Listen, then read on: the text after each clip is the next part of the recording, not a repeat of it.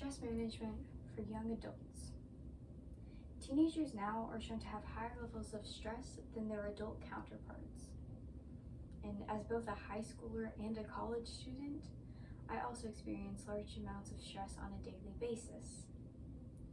Stress among young adults has become a large problem in our society today. It's obvious that action needs to be taken to combat this issue. Today, we will discuss identifying stressors, share examples of coping mechanisms, and finally, talk about how to reduce stress in day-to-day life. So let's begin with identifying stressors.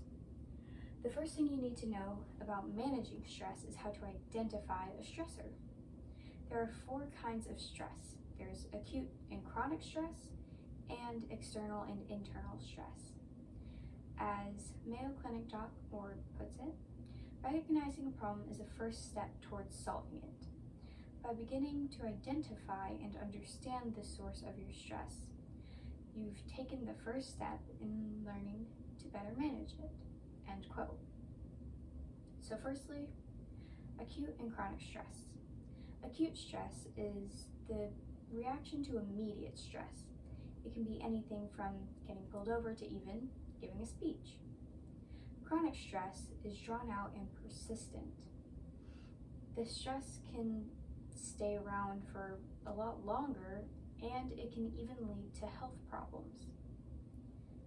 Then, of course, there is external and internal stress. External stress is something that happens to you.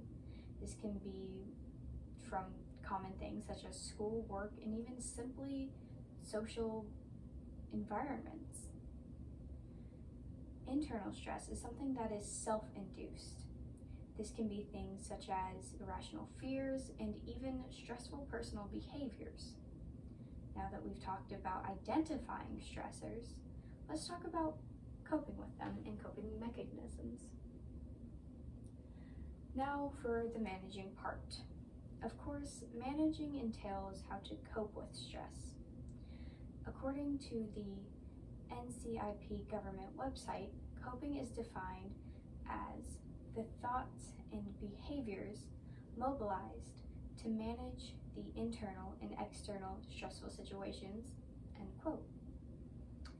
There are 3 main coping styles: task-oriented, emotional-oriented, and avoidance-oriented. Task-oriented means that you are trying to solve the problem. Emotional-oriented is trying to soothe the emotional side of the stress. Avoidance-oriented is, of course, avoiding or attempting to distract yourself from the problem or the source of that stress. Then, of course, there are the actions of coping themselves. To deal with the actual stress, you can try to lower the pressure that you even have on yourself.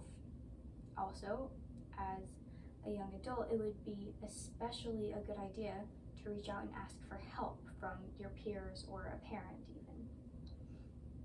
Then, to simply cope in the moment, there is always a need to make time for yourself.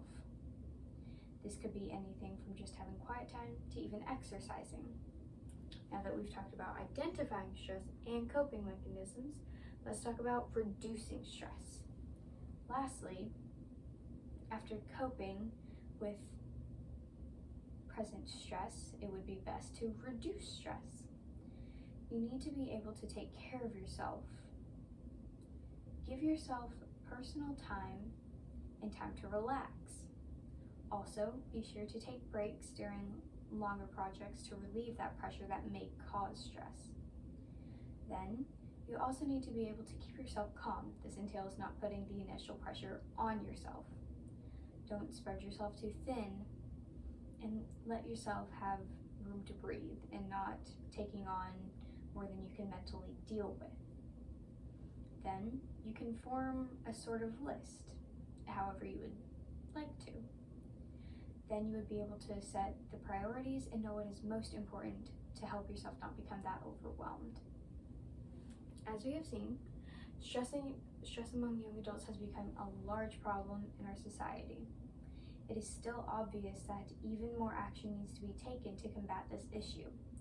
We have discussed identifying stressors, shared examples of coping mechanisms, and talked about how to reduce stress in day-to-day life. While this problem of stress may not go away, we can still have a positive impact onto ourselves as well as others if we simply learn how to cope and healthily deal with that stress.